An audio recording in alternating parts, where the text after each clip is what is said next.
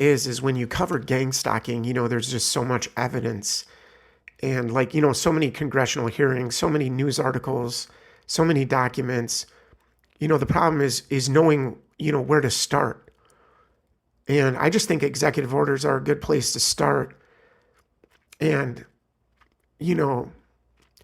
as they're introducing people to all this tyranny, they're denying the whole time that it's even being built. That's the way it works.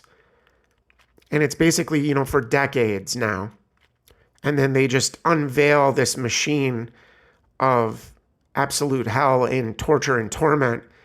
And it is selective. It is customized abuse. And basically, when it's on you, you'll understand. But, they just put their PR spin on the different executive orders that they've come out with over the years. And I believe it's Executive Order 10000 that allows the government to take over all modes of transportation and control of highways and seaports. And that's been, of course, reaffirmed under PDD 51 and also under the John Warner Defense Authorization Act. Remember, this is all emergency rule executive orders, crisis management, crisis.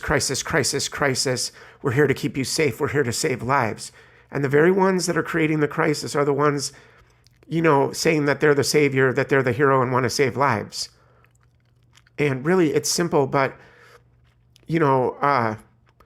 there are other executive orders like 10995 where it allows the government to seize and control the communications, the media, and then there's Executive Order 10997 allows the government to take over all electrical power and gas and petroleum and fuels and minerals. And then there's Executive Order 10998 allows the government to seize all means of transportation, including personal cars, trucks, vehicles of any kind, and total control over all highways, seaports, and waterways.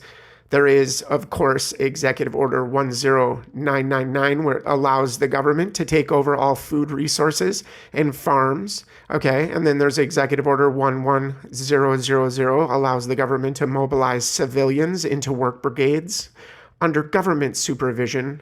And then there's Executive Order 1101, allows the government to take over all health, education, welfare functions, and what's happening through the imploded economy that the foreign central banks are engineering, but they make you beholden to the government. And,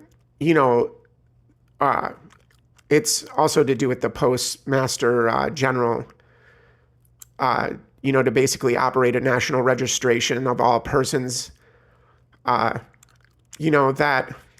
goes on through the Selective Service Executive Order 110003, where it allows the government to take over all airports, aircraft, including commercial aircraft. Remember when they shut down all flights after 9/11, Executive Order 110004 allows the Housing and Finance Authority to relocate communities, build new housing with public funds, designate areas to be abandoned, and establish new locations for populations. Now, you don't think they're using that, do you? In Hawaii and California, the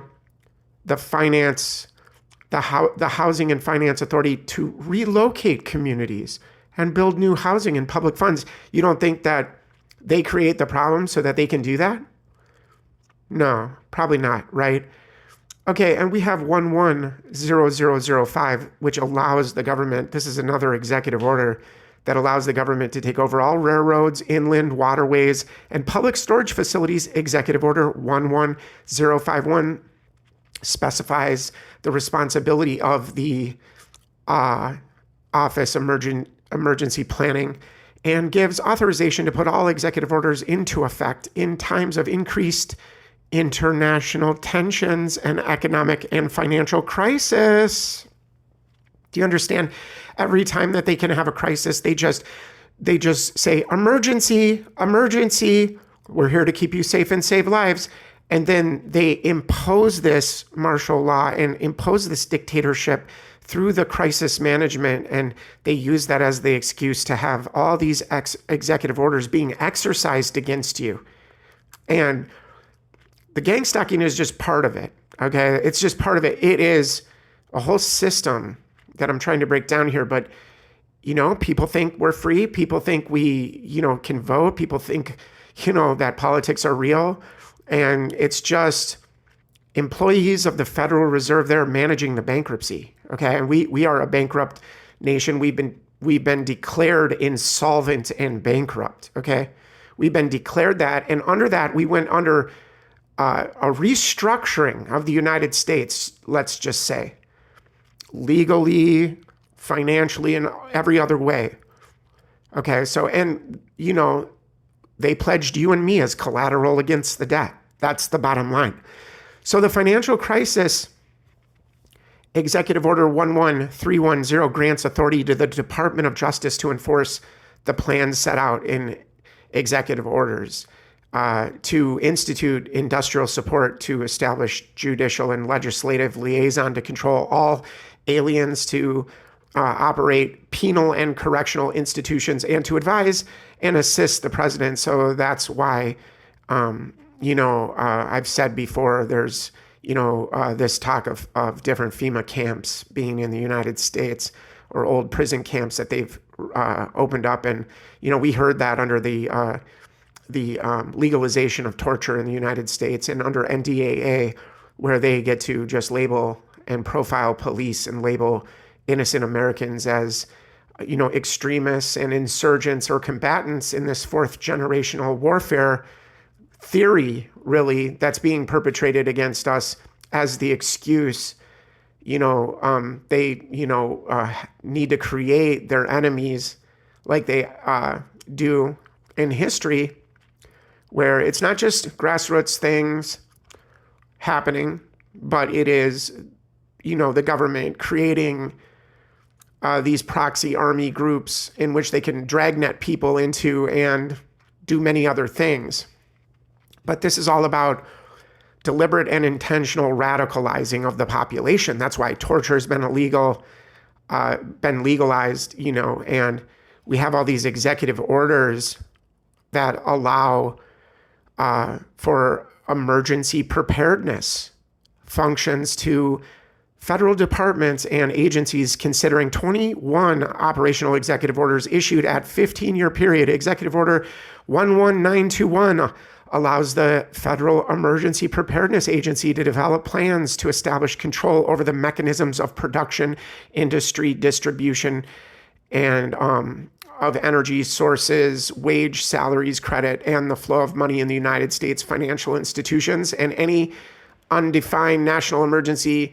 It also provides when a state of emergency is declared by the president, Congress cannot review it for, 6 months. But, PDD 51, Presidential Directive 51, you can go look it up. It says never on the cover page. It says never, that they can never look into it. As long as they declare this emergency and keep declaring a crisis and a state of emergency, this is how they inch forward with these executive orders and with having really third-party proxy armies of people that are serving the state, bowing and worshiping, and being controlled by EMF broadcast, and being willing parties to go along with the torture and the evil that they're doing. So if you go back to the Miami Herald, and this goes back to the 1980s, and when they had congressional hearings dealing with the shadow government and martial law. I think there's the headline, The Secret Government, and its talks about secret summits, a plan to take over the government. And, it just basically shows the people that were in charge of the continuity of government program, Dick Cheney and others. And then we have these congressional hearings where, you have Congressman Jack Brooks and others during that whole Iran-Contra, and I can play it in a little bit, but just bringing up the secret plans. And they're told by Congress congressmen in a way that they can't be discussed. It's a national security issue in the 1980s. And that's when all this got a big boost. But the conversation in Congress was about the continuity of government, or setting up a parallel government to the existing government under emergency orders in case of an emergency, you see. And that's what I'm talking about when I'm talking about continuity of government. So basically, they asked, Colonel North, in your work at the NSC, were you assigned at one time to work on plans for the continuity of government in an event of a major disaster? Chairman, he said, I believe that question touches upon a highly sensitive and classified area, so may I request that you not touch upon that, sir? I was particularly concerned, Mr. Chairman, because I read in the Miami papers and several others that there had been a plan developed by the same agency, a contingency plan in the event of an emergency that would suspend the American Constitution. And I was deeply concerned about that and wondered if that was the area in which he had worked on. I believe it was most respectively, I request that, this matter not be touched upon.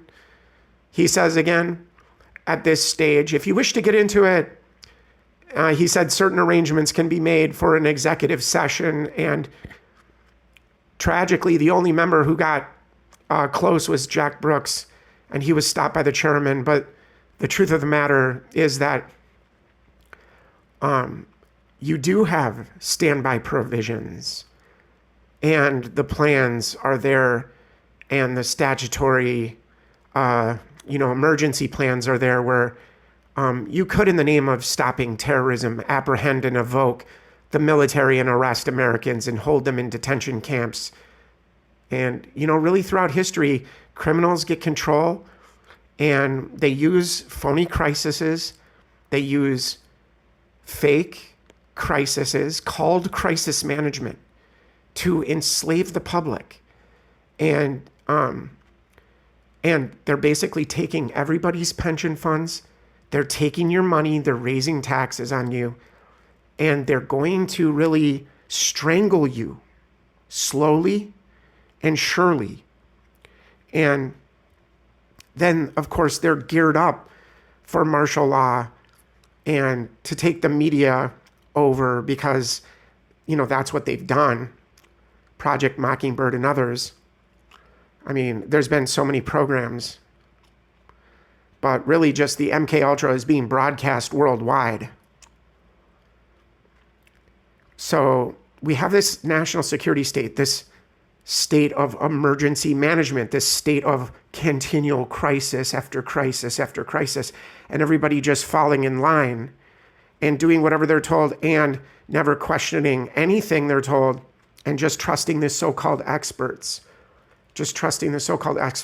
So we have this tyranny that's being set up in the background, and nobody really wants to talk about that. But minus that, we have the hardening of the local sheriff's office and police in the name of fighting terror, and they are able to profile police, label, and then just go after people with no due process, just because they have threat assessments. Do you understand? So the rule of law and a fair trial is out the door. You know what I mean? We are under emergency rule.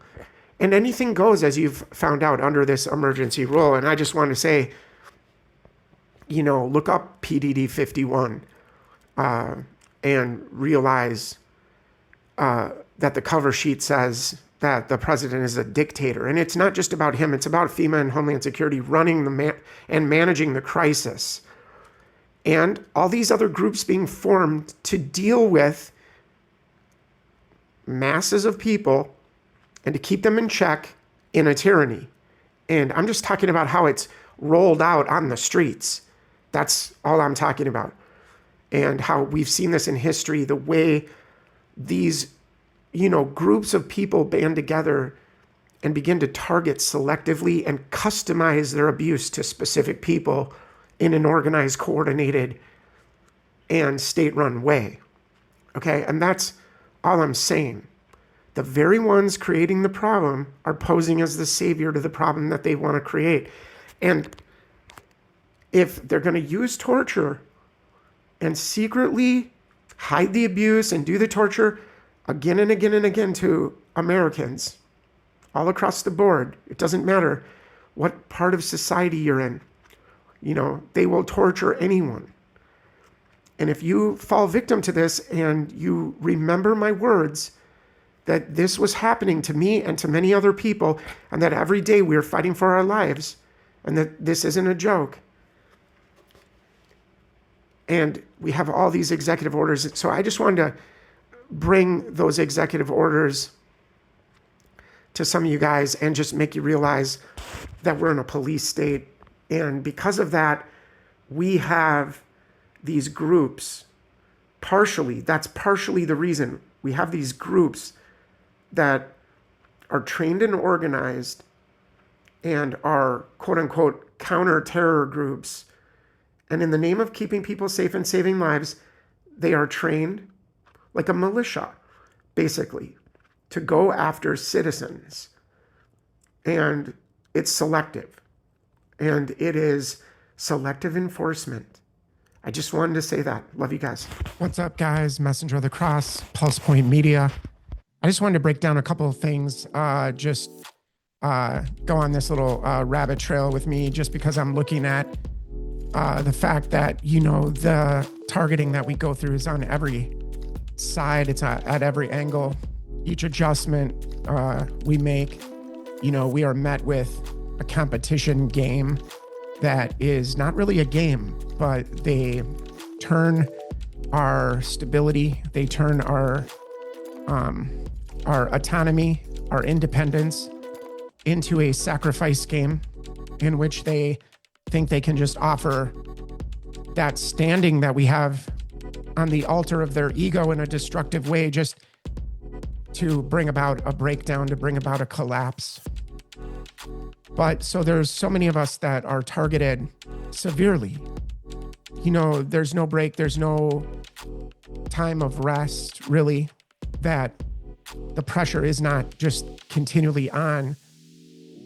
And really, it's like, I liken it to a competition game where, you got 20 people fighting over the same resources, doing the same thing, mimicking, mirroring, following, synced up with you, and, needing to grab an item off the shelf at the same time as you, the same item even. So it's, you know what I mean? And it's like again and again and again and again. So you're just like, I don't even want to go into the store anymore. It's like they demonstrate the total control that they have over the people around the target. That's what I'm trying to say. And so we can go back to, executive orders, like I've talked about just a little bit, just to show the national security state and to show what emergency rule is and executive orders that are really, in fact, the law minus the emergency. Because as long as emergencies can be declared, we have our rights suspended, because that's why, the government will say, we're here to keep you safe and save lives. Well, they don't tell you that you're trading everything just to be kept safe.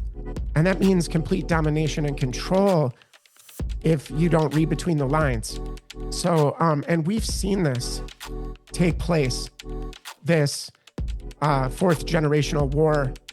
And I just wanted to go back to this and play this for a minute, guys, and see what you guys think about just the whole Oliver North thing and him being questioned by Jack Brooks in respect to the continuity of government and an emergency plan, contingency plan set up parallel to our government to hijack and take over in times of emergencies. Okay.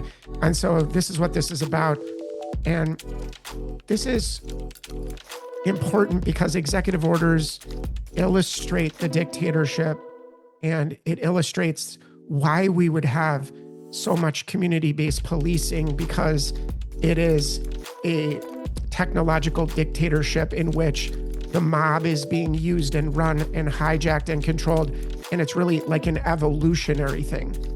It is evolutionary because these people are synced up to an EMF broadcast and are being hijacked and controlled fully.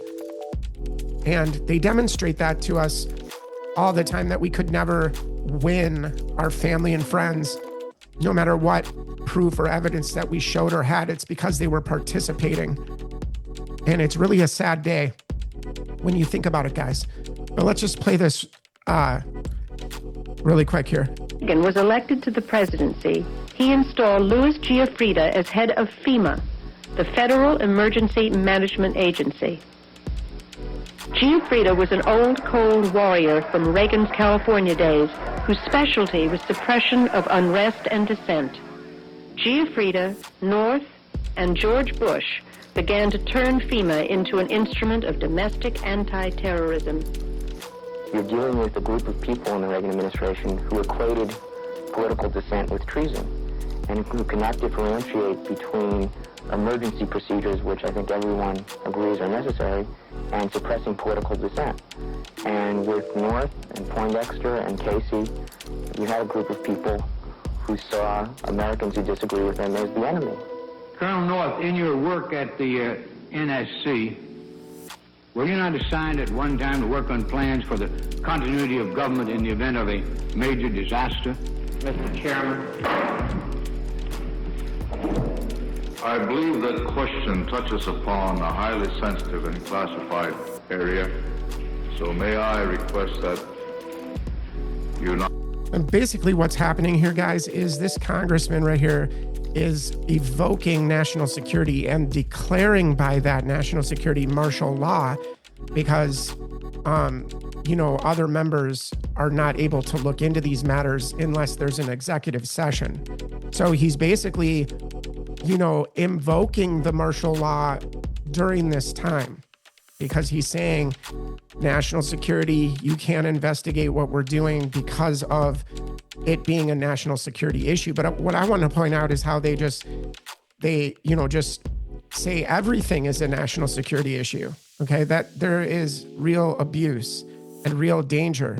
And so here, back at this time, during Rex 84 being exposed and everything else, and I'm not even into politics, I'm just showing this because it shows how different our country really is structured versus, the fantasy that they keep promoting on the mainstream media. And, they do this fake voting and all these different things to keep people hooked and to keep people feeling like they're part of the power structure, participating and stuff like that. But the truth is we've been hijacked, we've been restructured, and we are functioning in the form of a dictatorship with community-based policing or civilian-involved policing. And that's why they have see something, say something. That's why that stuff is all over the place. All right, guys? So that's the bottom line. Not touch upon that, sir.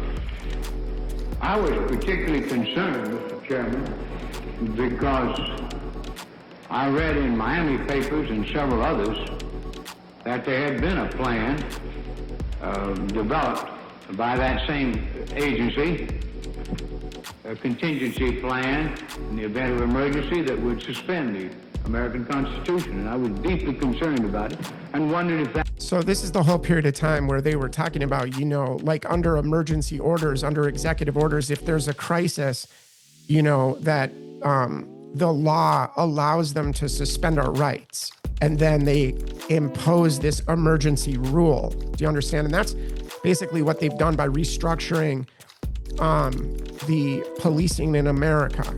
Okay, it's part of this, I would say. That was the area in which he had worked. I believe that it was. May I most respectfully request that matter not be touched upon at this stage. If we wish to get into this, I'm certain arrangements can be made for an executive session. So again, guys, this is just an example of evoking national security, saying you can't investigate, you can't look into it. And at the highest levels, just always evoking national security. And that's what happens when many of us are tortured and we are singled out, we are targeted.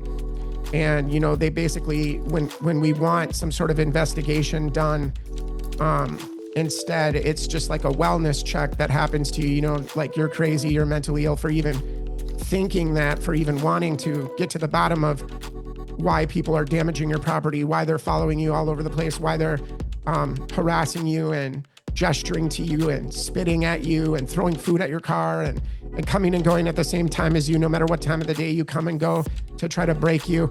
And so you guys well know that I'm all about being present in this battle, in this spiritual warfare.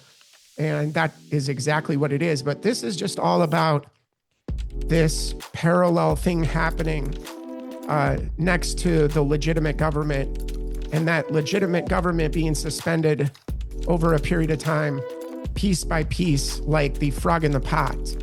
So the frog never jumps out because the water is just getting slowly turned up. But all the laws are in place to have a dictatorship under emergency crisis management. That's why the emergency is declared every year. And as long as that emergency is declared every year, your rights are suspended under the law, under what it says. So we're here to keep you safe and save lives. And part of that is, getting community members to be rats, snitches, and informants and just, lie about one another for, benefit, profit, reward, and gain, personal gain, because they've made it that way in society where it's the haves and have-nots, and the competition for limited resources is all this artificial scarcity that's done to create conflict. So I just wanted to show, there are executive order after executive order. And this is just an article on LinkedIn that says how a president becomes a dictator by executive order. Okay, so it's not really just the president, but it's, this board of directors and roundtable group managing the crisis, okay? And wanting a crisis in order to rule this way. That's what crisis management is. It's the deliberate tyranny, the deliberate breakdown, the deliberate collapse of things, okay? And so this is all about continuity of government. And that's why I was playing that video before, because this goes into this continuity plan or this shadow government or this emergency rule government that is parallel to ours, that is set up. And here are the emergency levels, okay?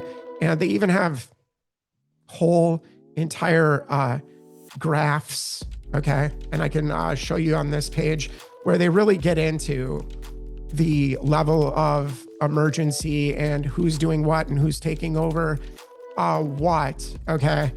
And so it's just for you to know that there is this parallel thing and this government operating parallel to us and then suspending rights by emergency and crisis, okay? That's what this crisis management is all about, okay? And you just look up crisis management and try to do a little research on that. But this is just a different emergency level sheet matrix that they've put together, when it comes to the continuity of government, when it comes to this parallel thing going on that is basically able to suspend rights through emergency rule.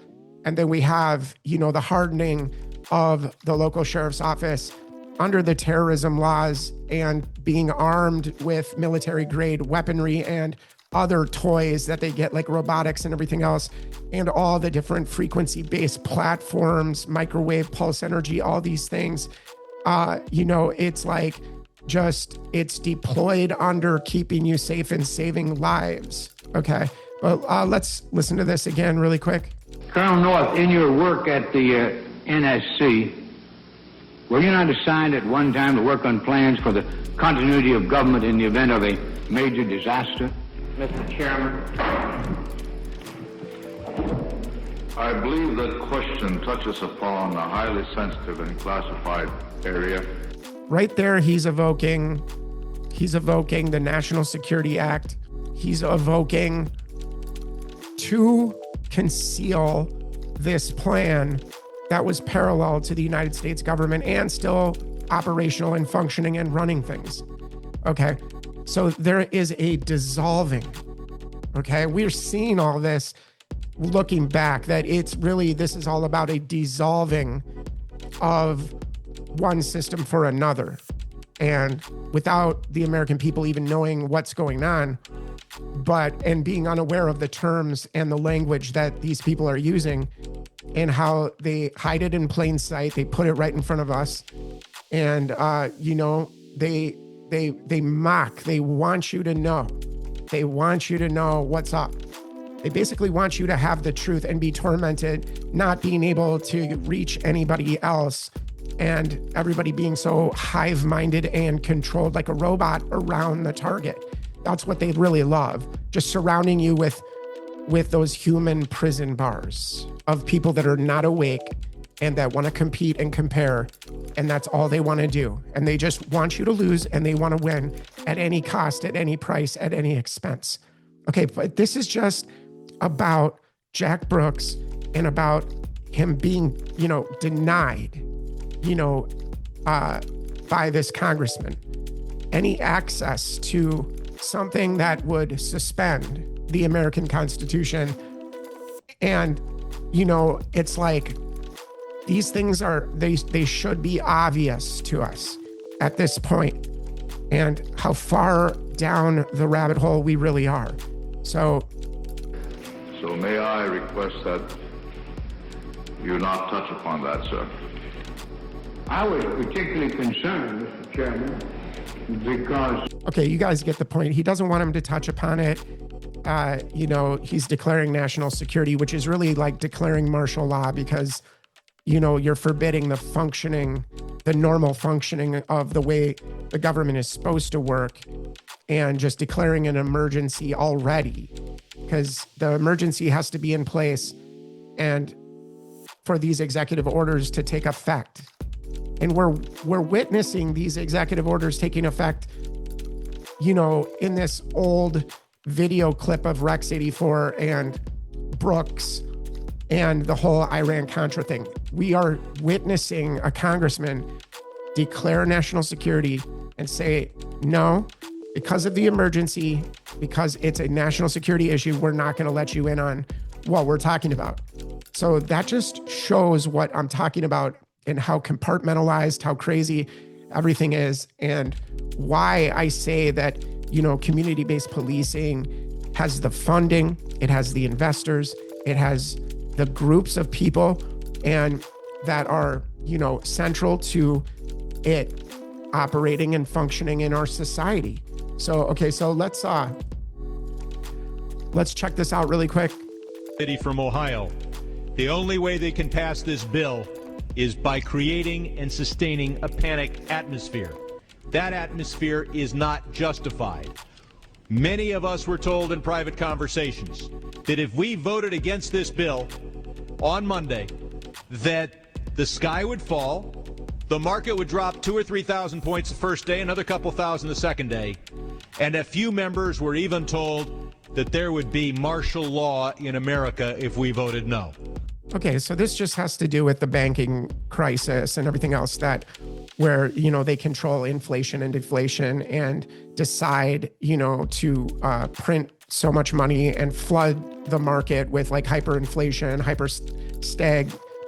stagflation, and just totally devalue the buying power of the dollar, which is done deliberately, but through that kind of asymmetrical type warfare being committed against with the system being used as the breakdown, collapse, control mechanism and system that makes you beholden, makes you dependent. That is what the system is really set up. It's set up to implode deliberately. And in that breakdown, they come in for pennies on the dollar and buy up the infrastructure and the people and everybody and the land and everything else, and then claim ownership, and then deciding what they want to do with us while we're on the land, taking up their supposed new land. You know what I mean? That's like the way they act, the way they feel. They feel they own us. They feel we're their possession and that they can do with us whatever they want. That's what they feel. And that's just their psychology. That's just the bottom line. You know, so here he's talking about the emergency financial crisis and how, you know, those that are really in power, we're, you know, holding different members basically hostage, threatening to do different things, which, you know, to me is like the definition of terrorism, you know, and that's just my opinion. So when this congressman from California he's talking, you know, and he's talking about just people, and he won't give names, but he's saying different various people came to him and told him there'll be martial law if you don't pass this bill. So, you know, and take on more debt, you know what I mean? Because it's a debt-based economy, a debt-based system, and we all know that. So I'm just saying that this guy is, you know, revealing, you know, how it works, basically. That's what I call fear-mongering. Unjustified. Proven wrong. We've got a week, we've got 2 weeks to write a good bill. The only way to pass a bad bill, keep the panic pressure on. Yeah, and basically, you know, they don't read any of the bills. The government is complete pageantry. It's complete performance. It's scripted. It's an act. It's literally like Showtime, lights, camera, action. You know, that's literally all it is, because they don't want the American people to know how this has all been restructured. And they want to keep you away from that truth and understanding the laws that have been passed, the things that have been done over the years to set all this up so that they can have this, you know, this hardening, this radicalization in society. And it's all done deliberately because it's like this fourth generational theory of warfare being committed, you know, with state actors versus, you know, groups of people, you know, like, and so, and the thing they're not telling people is that, you know, they're creating these groups of people through torture and through different means of covert and malignant type abuse that's being done.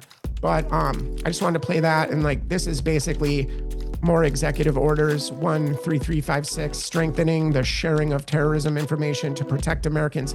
And I'm just saying that it's always done in the name of keeping you safe and protecting, but there are abuses that are major that happen.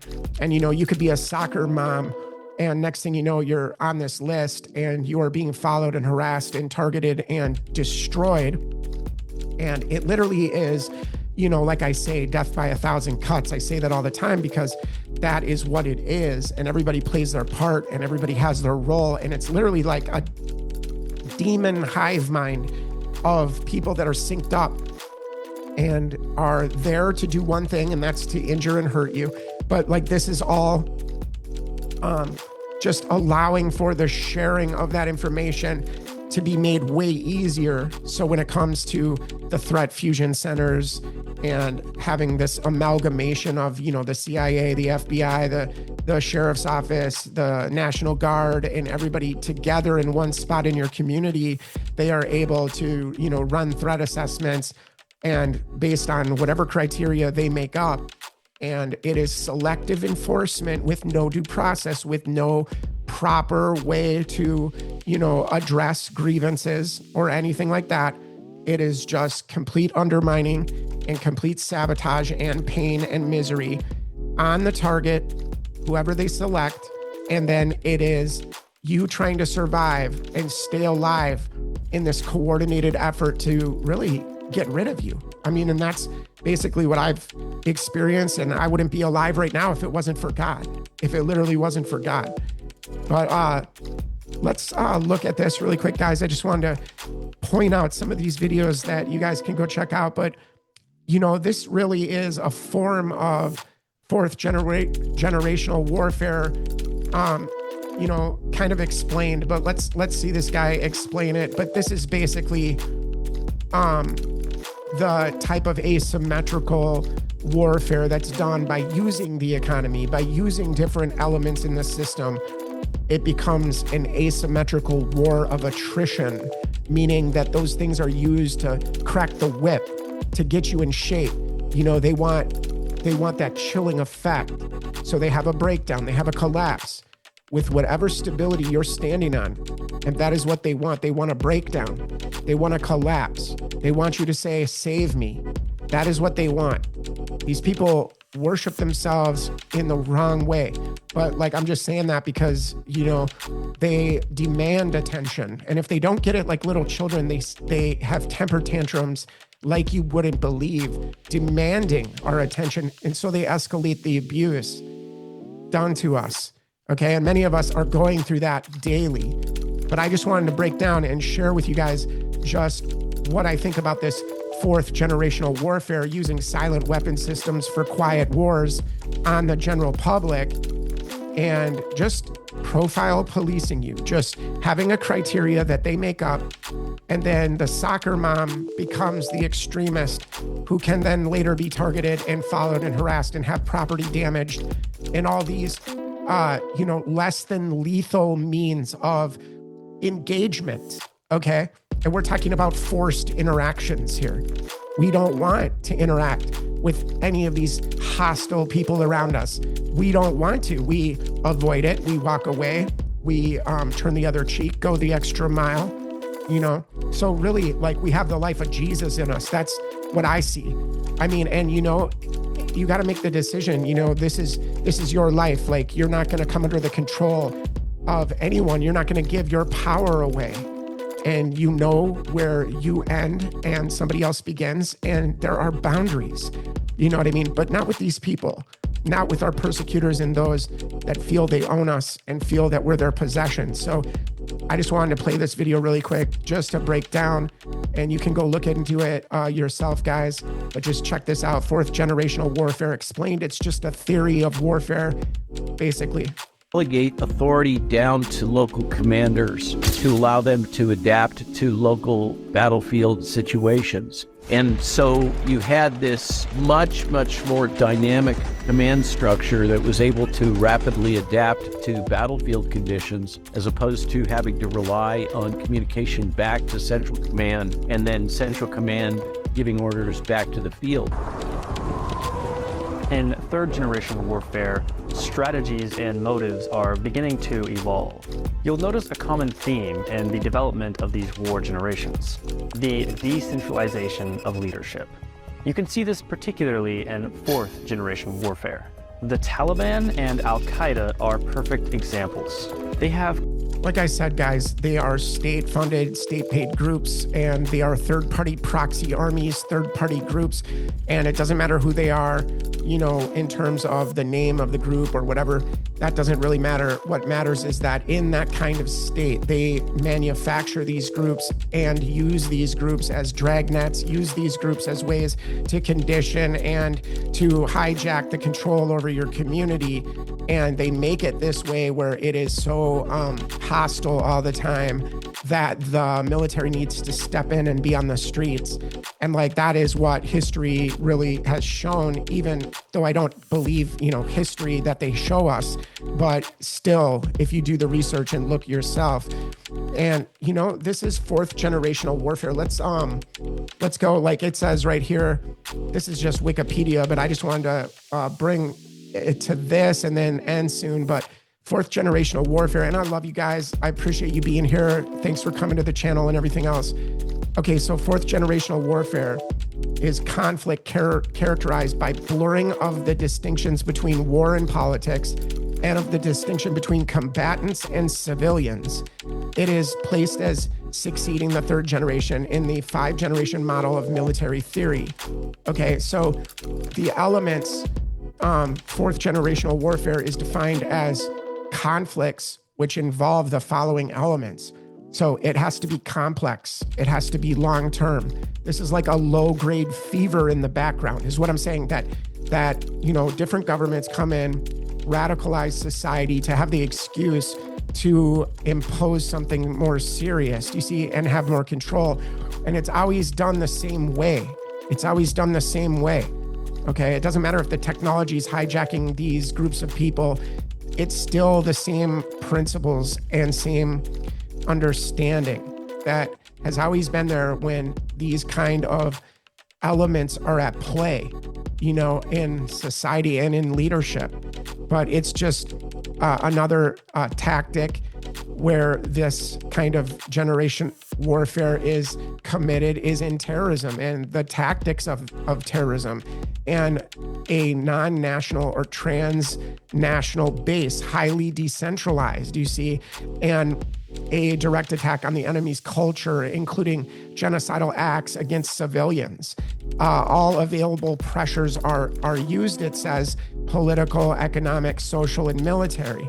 And that's kind of what I'm saying about the gang stalking and how organized and coordinated it is and how it's been done in history, but just without the technological overlay to hijack these people, and broadcast brainwave signatures from some military commando. You know what I mean? It's literally like that. How they move with you, how they time it, how they cross your path again and again and again to let you know that there is no escape. But literally, it's about this kind of warfare. And I'm sharing this because it has to do with asymmetrical warfare. It has to do with the type of state that you see community-based policing thrive in, okay? Economic, social, and military. These are all the pressures, political, economic, social, and military that are used in this style of warfare, okay? And it occurs in low-intensity conflict. So like I said, this fever in the background where things are made to be hostile, deliberately and intentionally, so that the state has an excuse to step in as the savior, as the hero. And it's involving actors from all networks, okay? And that means it's spread out through all society. And basically there's this war of attrition with people in regular clothes that are trained and organized and submitting themselves to an EMF broadcast and being used as a node in a system on a network to both transmit and receive data directly to the brain and body of these people. And that's just one element of it. So it involves actors from all networks. So non-combatants are tactical dilemmas. So this is just a bullet point, lack of hierarchy, defining fourth generational warfare, small in size. So you don't even have to be a big group.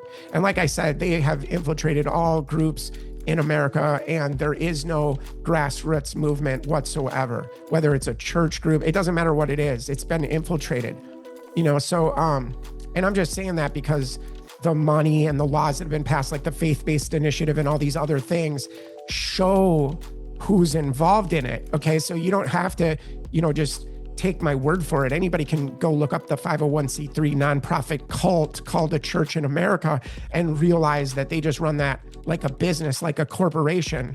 And it's the pyramidal structure, top down, command and control, command and control structure. So we got just, the call for fourth generational warfare, and you don't have to be big in size. You can be a small size, small group, and that would be considered, a threat. And you don't think the religious groups in America are analyzed and that they don't run threat assessments continually? So spread out network of communication and financial support. Use of insurgency tactics as subversion, terrorism, and guerrilla tactics. So this is what this kind of warfare is all about. And those guerrilla tactics are people in regular clothes following you, spitting in front of you again and again and again, trying to push your buttons deliberately and intentionally, but to a ridiculous level. We're talking about desperate in their attempts to get a reaction. And we're talking about very, very, very desperate attempts to try to get attention and to get a bad reaction again and again and again. Just one day, it's like the light switch goes off. Everyone around you will start doing it. And you're just going to be blown away and be like, You know, I remember when John told me about this and how they can just hijack your loved ones and the people around you and use them like a weapon against you. You know what I mean? Because they don't think for themselves. They are very surface level, as we well know. So let's just play this real quick. War is changing. It is no longer just about armies and tanks. Today, wars are fought in the shadows, with information and psychology as weapons. This new kind of conflict is called fourth-generation warfare, or 4 gigawatts. 4 gigawatts has unique features. First, it often involves non-state actors. Think terrorist groups or even loosely organized networks. Second, information is key. Yeah, so what I'm saying is, isn't it possible that the ones that invest all this money in keeping things safe and saving lives, if there is no threat and it's just made up fake and a scripted thing, then, you know, they're going to have to manufacture, you know, that fake resistance to themselves. Do you see what I'm saying? And that is what they do when they create these different groups and are able to hide behind doing abuse through third parties and not taking the fall or the blame. So if caught, and that is what they do, they invest in third-party proxy armies, whether it's a religious cult, it doesn't really matter what it is, but there has to be, you know, this organization and this pyramidal structure of top-down command and control, follow the leader type thing going on, okay? And there's a whole history of the CIA being involved in religious movements over the years and creating cult leaders, you know what I mean? And they like specialized in that, you know what I'm saying? So, and I'm just breaking it down. I'm just saying that that's the facts. But here we have this type of warfare and psychological tactics being found in fourth generational warfare tactics and what it calls for, like I just showed. And we see this in the community-based policing, gang stalking, and harassment of our family. And, you know, I have wept tears of just like, for years, you know, not wanting to see my mom or my brothers be hijacked and be used as a weapon against me, and not even really even being conscious of it, for the most part, just being people that have no awareness. And when they're told, that's when the problem happens, where they won't listen and won't wake up and won't understand what's going on. And very strange, peculiar behavior when your loved ones want to sacrifice you and get rid of you and want nothing to do with you and try to do everything they can to make sure you can't survive without them. You know, that's what they love to do. But so let's just keep going with this for a minute. Spreading propaganda and controlling the narrative becomes central to victory. Finally, 4 gigawatts heavily relies on psychological operations, or PSYOPs, to influence and demoralize the enemy. The lines between war and peace become blurred in 4 gigawatts. It is difficult to identify the enemy, and the battlefield can be anywhere. Like I said, the battlefield becomes your neighborhood. And then when you come and go and leave your house to go to the garbage or the mailbox or your car, you're going to be confronted, and intercepts are going to be run on you, where people will be crossing your path and getting in your way and blocking you and stopping you and you know, opposing your forward movement, right? And trying to redirect where you walk and where you go and what you do, you know. And it's just the mimicking and the mirroring and the copying and the snickering about copying and mirroring and mimicking you. It's just very strange. You know what I mean? And so, but that is what we see. We see this in this fourth generational warfare theory, like just the way this kind and style of warfare is done. And it is done by third-party proxy army groups that are funded and trained and organized and well-oiled machines. As Obama said, we need a civilian national security force just as strong and just as well-funded, and many people have pledged up. And they don't even have to pay these people. They give them the short end of the stick and they're happy. So that is all that they want. They want the breadcrumbs. You know what I'm saying? And that is what they settle for. That is our enemies, and their self-worth is non-existent. Okay, so they have no ability to think for themselves or love or care about anything in any real way. Okay, They just are filled with envy and jealousy and hatred and bitterness and have to give vent to that. They have to surrender to that. And they feel that desire so strongly, to be wicked, to be evil, to be dark, to not be able to go to sleep unless some will fall, like that you get some to fall. And that is the way our enemies are. They are restless to do evil. They're itching to hurt and to harm and to destroy and to sabotage and to ruin and to undermine and to block, stop, get in the way, slow you down, and do whatever they can to have this competition game with you right out in plain sight. And when you complain about it to others, it doesn't look like abuse outwardly. So you're just going to have people saying, well, I don't see that. And maybe you're just a little overexcited, and maybe you just need to calm down a little bit and stop stressing out and focus on something else. And, we're told these things, and it's like, you just don't understand. Each adjustment we make away to try to get away, there is this forced interaction, which is like a form of warfare, because when people are breaking down your escape and stopping you from de-escalating something, and then giving you no other way out but to face the very ones who are collapsing everything around you, and to have to interact, to have to be forced, to have people cross your path by force and run millions of intercepts on you all in red. They want you to know that you are being watched all the time. It is a tactic of warfare, and I'm just trying to break that down today. In the past, wars were fought on clear battlefields with soldiers in uniform. Fourth-generation warfare shatters this traditional model.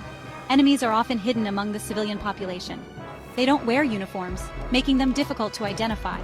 This blurring of lines is a key characteristic of 4 gigawatts.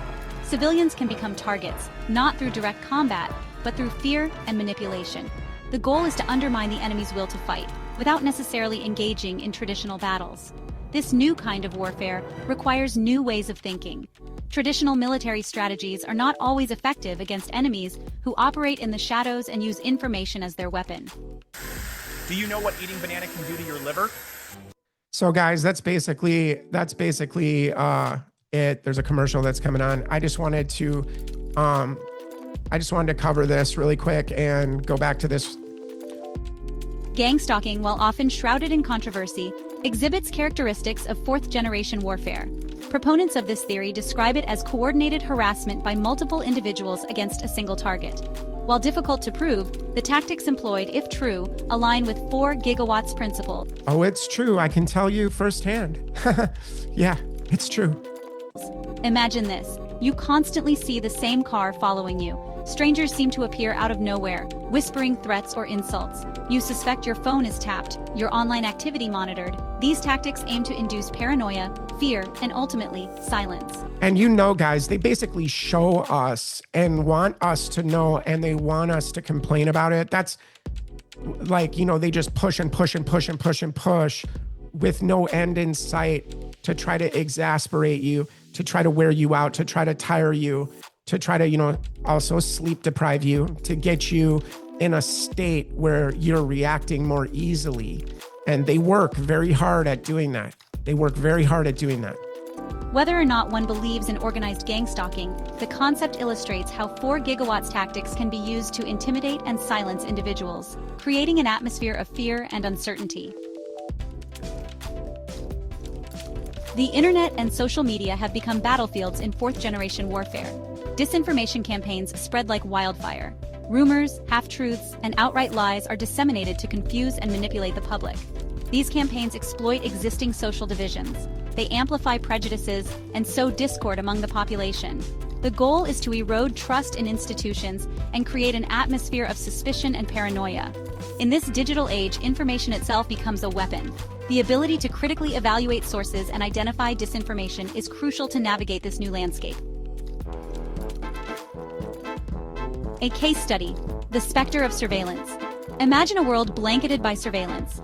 Everywhere you go, every step you take is being watched and recorded. The streets, the parks, even the comfort of your own. Oh, it's just so exciting. I just love this beautiful, wonderful world. And I'm so happy that, everybody wants to be watched. I mean, you know what I mean? And hey, if, you're not doing anything wrong, man, then, why do you have such a problem with it, man? You know what I mean? It's like, well, because, it's all built backdoor technology. It all can be remotely accessed. It all can be used.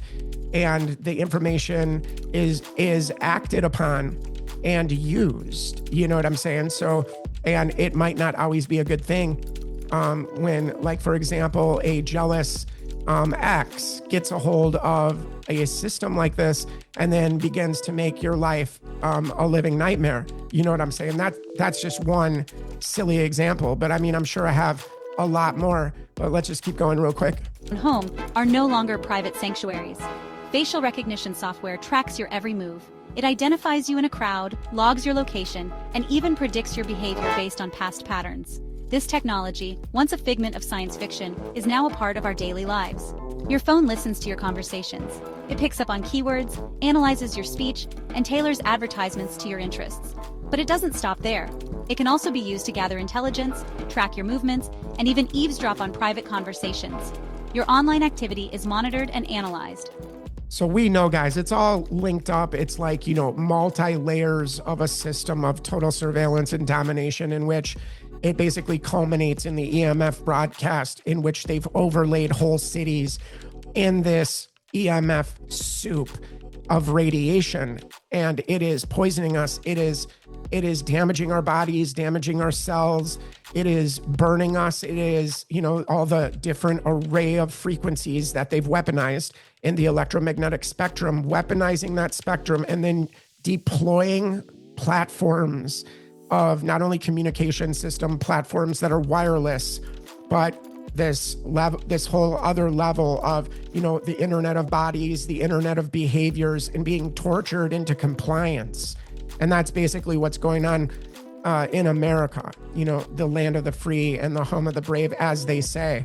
And, it's really like the land of the coward, because most people put their head in the sand and they don't care that family members and others are, being made an end of.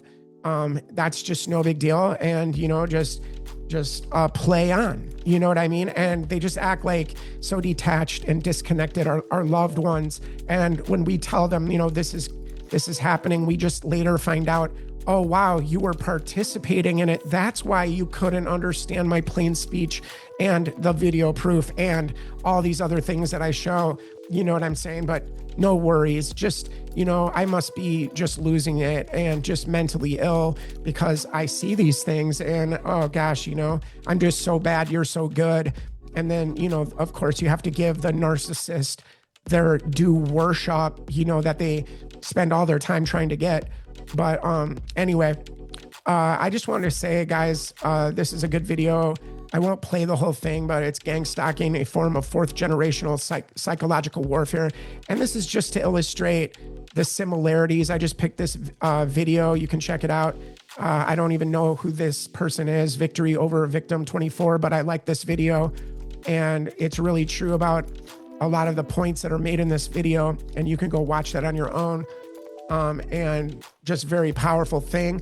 I just wanted to say I love you guys and thanks for listening and just trying to keep people thinking, keep your mind sharp, keep moving forward and keep, taking in this information because it could save your life and save somebody else's life, and literally getting the right mindset and understanding how this is all really playing out and working, not only by our experience, by a lot of other, whistleblowers and people that have come out and talked about all these different complaints, basically, that we have about how our social interactions have changed and been usurped and been undermined and destroyed and sabotaged as we watch our loved ones and people around us be hijacked and controlled 120%. I mean, it's like, it's just what happens. We watch their eyes gloss over and they just vanish and another entity appears animating our loved ones and willing to hurt us, willing to sacrifice everything just to cause pain and just to cause misery and heartache and heartbreak, and doing that willingly and loving it, getting off on it, feeding on it. So these demons in people really want to feed, guys. And I'm just here to show, a light on the path. And I'm not claiming to have arrived. I'm just trying to show that this is fourth generational psychological warfare, and silent weapons, platforms, and systems are used not only in communication, in terms of communication, but also weapons systems that are directed at targeted individuals. And there is the dog training that goes on where they shock you and shock you and shock you to get you to not do a certain behavior or to do a certain behavior. And it's literally like dog training. That's literally what we've become as a society. Just, we are in an electronical prison camp. And that is what this is. And I just love you guys big time. And I wish everybody well, and God bless.